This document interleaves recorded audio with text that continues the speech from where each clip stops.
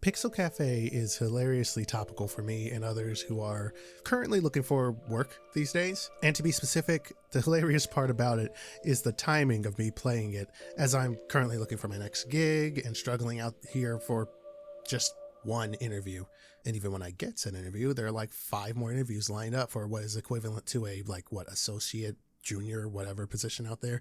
Anyway, Pixel Cafe itself is not a funny game. Funny moments here and there, sure, but it's actually very heavy in its themes about self-doubt, the pressure of expectations from family, trying to make it on your own in a world that couldn't care less about you, life, and just the struggles of trying to find your passion and motivation for just going on. This game got more emotional rises out of me than I thought it would when I booted it up for the first time, and frankly, I couldn't be happier about that. What I thought would be a simple cafe simulator with a light story turned into what many joke about online, getting fired simulator.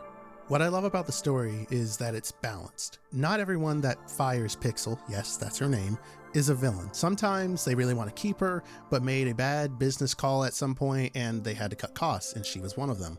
Sometimes they have personal reasons for shutting down their establishment that they will only really hint at. And other times they really are just a piece of crap and need a square punch to the face and a cannon spike to the sternum. The game goes to some dark places between Pixel's self-deprecating and self-loathing, as well as her conversations with her mother, who, I'll be real, isn't much of one. She thinks she is and doesn't understand why Pixel is struggling looking for work. So yeah, you can add her to the list of people that need a cannon spike to the sternum. I won't say any more about the story than that, so just know that it's a cozy but emotional ride. The gameplay reminds me a lot of the Cook Serve Delicious games in that they are very simple at first, but like a Final Fantasy XIV raid fight, the simple mechanics start stacking into a complicated mess after a while. In the best ways possible, of course. You'll get a bunch of different stuff to interact with under 2 different timers, the customer's patience and the overall level timer. When the customer's patience runs out, you lose a life. They don't kill you. The game just calls them lives, and I'm like, are they shooting me? Like, you took too long making my hot dog, I'm gonna kill you. I'd assume losing all of your lives means that it's game over, just like if the overall timer runs out, I'd assume it's game over. The reason I say assume, for the obvious, is that I never let the overall timer run out, because if I was running low on time or anything like that, I just restart the level.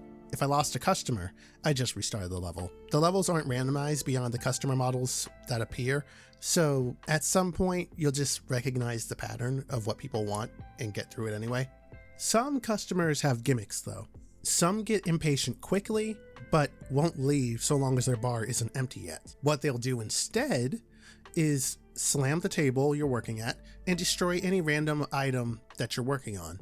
So imagine it like this. You're an employee cooking a meal for a customer, but the customer doesn't want to wait 5 minutes. They want it in 5 seconds. So at 5 seconds, they slam the meal you were preparing for them because you weren't quick enough. And now you have to start over because of them. Add another one to the list of people in-game and in real life who need a cannon spike to the sternum. Okay, that's 3 times the joke is played out. I won't do it again. The moral of the story here is to make sure that you prep your food as much as you can to remain ahead of the curve. You also don't want to move too quickly though, because that's a good way to miss input and ruin a dish, which does cost you money in the long run when you toss it. Beyond that character type that I just mentioned, there are others that change up who you prioritize as well, but thankfully you have an ability that can slow down time so you can catch up with any orders that you're falling behind on. I like to imagine it's Pixel's equivalent of ulting while making a pot of coffee and somehow forcing the coffee to pour faster.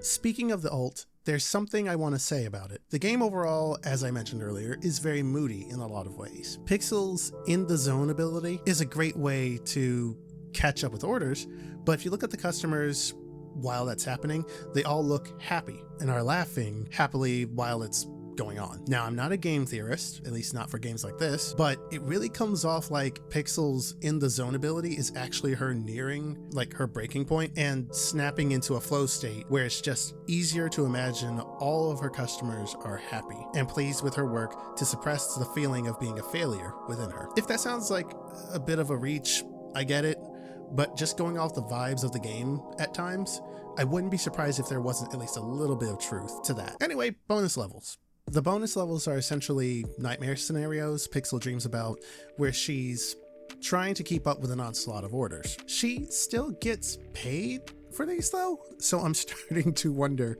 if her nightmares pay her more than her actual jobs. The bonus levels do not mess around. They make most of the regular levels in the game look like chump change compared to them, and they will often test your mettle. I stopped doing them at some point because, as fun as they were, they became too much for me. Another tidbit about the game is that there are 2 different story paths, each with their own ending, but completing them both gives you the ultimate ending. These branching story paths are represented by either of Pixel's late grandparents that she's using as ammunition against her jerk of a mother in an argument. Who you select dictates what islands and cafes you can go to. I thought it was a pretty good way to break the story up. Beyond that, and yes, I say that a lot too, you can upgrade Pixel's cooking and prep abilities at her house by purchasing different upgrades for the house. Doing so increases Pixel's mood, which you can then use to spend on her personal upgrades. The way I look at it in universe is that she gets new stuff, renovates her home, feels happiness and motivation, and spends that motivation on training her skills. I want to say that the game phrased it this way itself, but I don't remember. It's like buying a new stove and getting a new set of like pots and pans or whatever, and feeling motivation to cook, so you cook for like 2 days before you go back to door dashing. You think I'm calling you out specifically, but I'm also calling myself out. I want to take a moment to give a shout out to the music because holy crap, this game has some bops. Best believe I bought the soundtrack, and you'll probably hear it here and there in future reviews.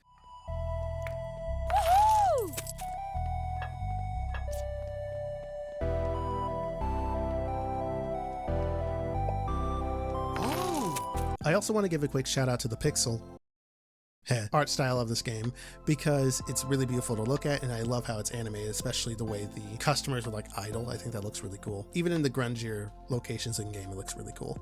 Pixel Cafe was a surprise of a game for me and reminded me of why I like doing YouTube as a hobby. Had I just kept playing the games that interest me up front, Pixel Cafe would have just sat deep in my backlog for much longer than it actually did.